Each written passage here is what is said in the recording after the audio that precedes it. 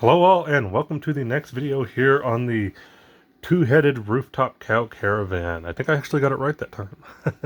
uh, this video is just going to be a quick journey into monthlies. My monthly comics for, I believe this will be October. If you've seen the last couple of monthly comic openings, I fell a month behind. And I don't know why, because I have an automatic, I basically, I subscribe through Midtown. And so like at the end of the month, all my comics ship out at once. And I don't know what happened, like it skipped a month for some reason. I don't know if there was like a delay. I never got an email about that. So, yeah, it's kind of weird. I'm pretty sure this will be for October.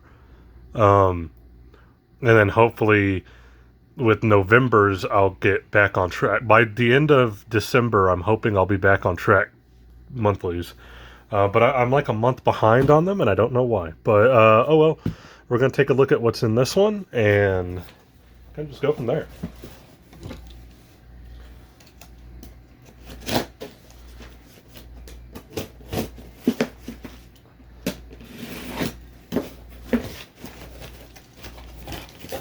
Okay. Oh, look at that. Since I've started this, I don't know if the first one had it or not, but the Midtown always used to ship stuff in a brown paper bag, and for like the past couple of months, it had been a white bag. We're back to the brown bag. So there we go. There's not as much in this one, only because a lot of the comic books I get actually kind of, they got delayed, like they're delayed by a month or so. So it is what it is, but I'm pretty sure these are October. If I'm wrong, then I'm off by a month. But either way, there's only 1, 2, 3, 4, 5, 6 in this one. Usually I have about 8, so a couple of them got delayed. So those will pop back up soon. But we'll just start off at the front of the line here. We got X-Men Legends number 8. I've really enjoyed the X-Men Legends series.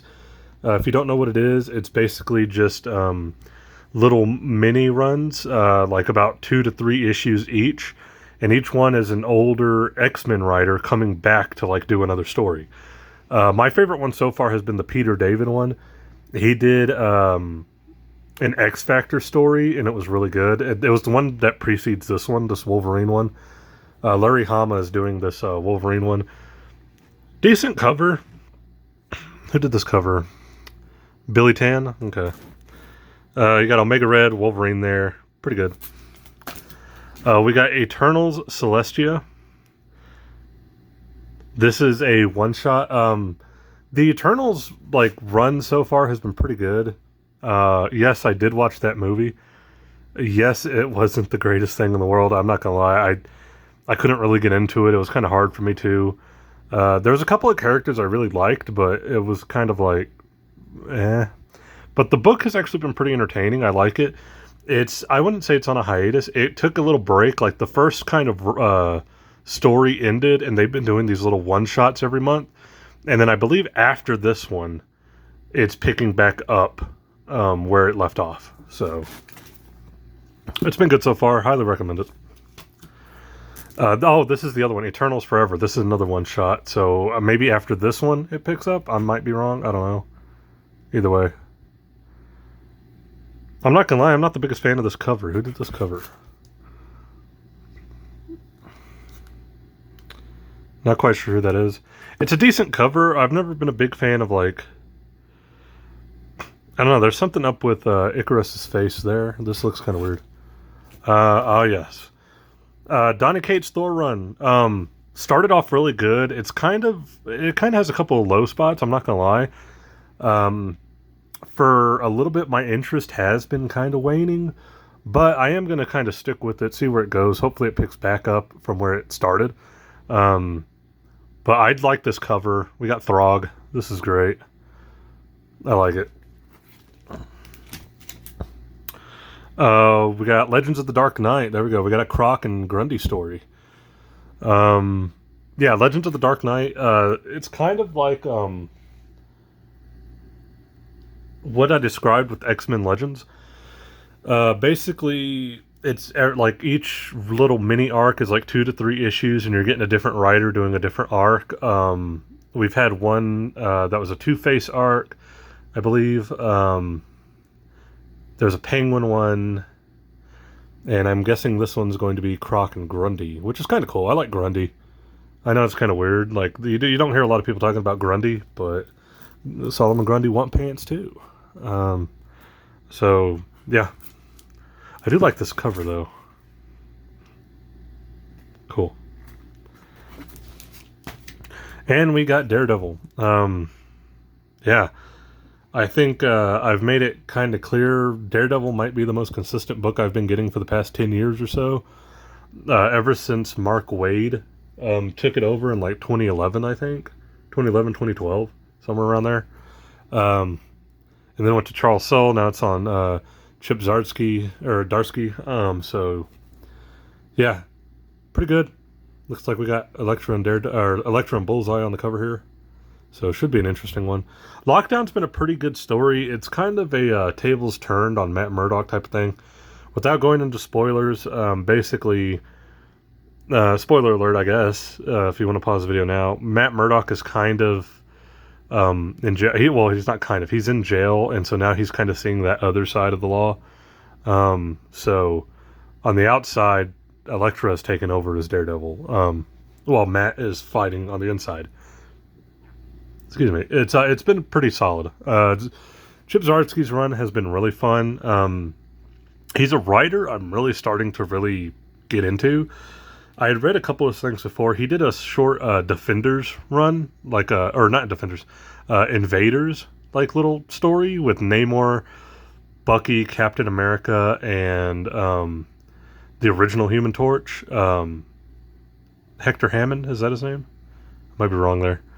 Or Hector, something Hammond? Harry Hammond? I don't know. I forget. The robot, the robot android Human Torch. But he did an Invaders run that was really nice. He had a short, like, Spider-Man run. I think it was, like, Spectacular Spider-Man or something like that for a while. That was, like, really well received and everything. And then they put him on Daredevil here. And so, he's been kind of, like, doing a lot of stuff recently. And I like him. So when he took over Daredevil, I was kind of excited. And his run has been very good. So Daredevil, another big, still to this day, like, one of the most consistent comic books I think you can actually get, like, low-key. Nobody really knows it. But that's it. Like I said, this one's pretty short. There wasn't as many books. No trades came out in the last month or so that I needed to get. And then, like I said, some of the books I normally would get are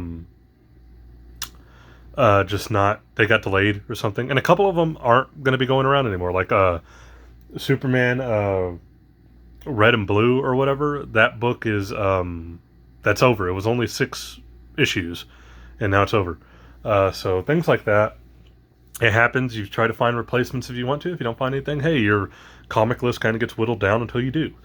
That's just the way collecting comics has kind of always been for me. And I think everybody is kind of that way. That's kind of my, I guess, a tip there. I've been collecting comics for so long now.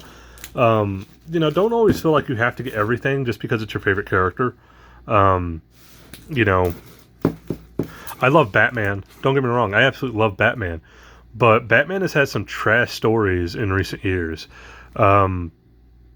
Scott Snyder's stuff was pretty good during the New 52. Most of it. I'm not going to say all of it, but most of it. But post that, I think he's kind of lost his damn mind. Like, I'm not a big fan of the metal stuff. I know a lot of people are. It's just not quite my thing. So, I kind of stopped reading a lot of regular Batman. And thankfully, Legends of the Dark Knight kind of fills that void. It's not perfect, but, at least I can get a Batman fix out of it. Superman. I love Superman. But, now that Superman Red and Blue is over, like, I just don't see myself getting any of the current Superman stuff. So, probably going to be a down period where I'm just not getting any Superman stuff. Which, I don't think there's necessarily anything wrong with that. It's just, you have lulls. I'm a huge Green Lantern fan. A lot of people don't know that. Specifically Kyle Rayner, and then after that, Jon Stewart. Those are kind of my two. Especially Kyle Rayner. But I haven't had the want to get a Green Lantern book based on the writers and the stories that I've kind of heard in years. And that sucks because that was one of the books I was getting every month. Just, it didn't matter if it was 1 or 2 issues a month, I was getting it. And I don't anymore, even though I'm a big fan. So don't always feel like, if you're new to collecting comics or something, don't feel like you have to get your favorite character every single time. Sometimes they're just going to have bad stories and stuff that's not worth getting. It happens. Wolverine. Love Wolverine. A lot of his stories have just been crap in recent years. Excuse me. So, you know, it's kind of one of those things. And then every once in a while you find characters that you don't really think of anything of, and they end up being good, like the Eternals. Again, I wasn't a big fan of that movie, but the comic has made me like the characters with Kieran Gillen. So, you know, it happens. Thor was another character I didn't really care about. Didn't really even like the first couple of Thor movies. Let's be honest, those first couple of Thor movies, rough as hell. Like Ragnarok and Taika Waititi saved that damn franchise. But I don't know what it was. Jason Aaron started writing Thor back, like, I think around the same time Mark Waid was doing Daredevil, like 2011-ish, 2012-ish, when he took over, and I fell in love with the character through the comics. Not a character I ever cared about, but then all of a sudden I did. So, yeah. Don't always feel like you always have to get books based off of the characters you like. Sometimes you're going to get one that, you know, just it's not good and you want to drop it because it's going to be a waste of money. Sometimes you find a random one just based off of a recommendation of a character you don't really like, but the story ends up being fantastic and it kind of draws you into that character. So that would just be my advice as a comic book collector to anybody kind of new. Yeah. But there we go. I've noticed on the few people that actually watch these videos, they comment more on the art and the covers. I think we actually got some really good covers. I'll go through them again real quick. I like the Daredevil one, Elektra and Bullseye, can't go wrong there. The Dark Knight one, pretty basic. Who is this?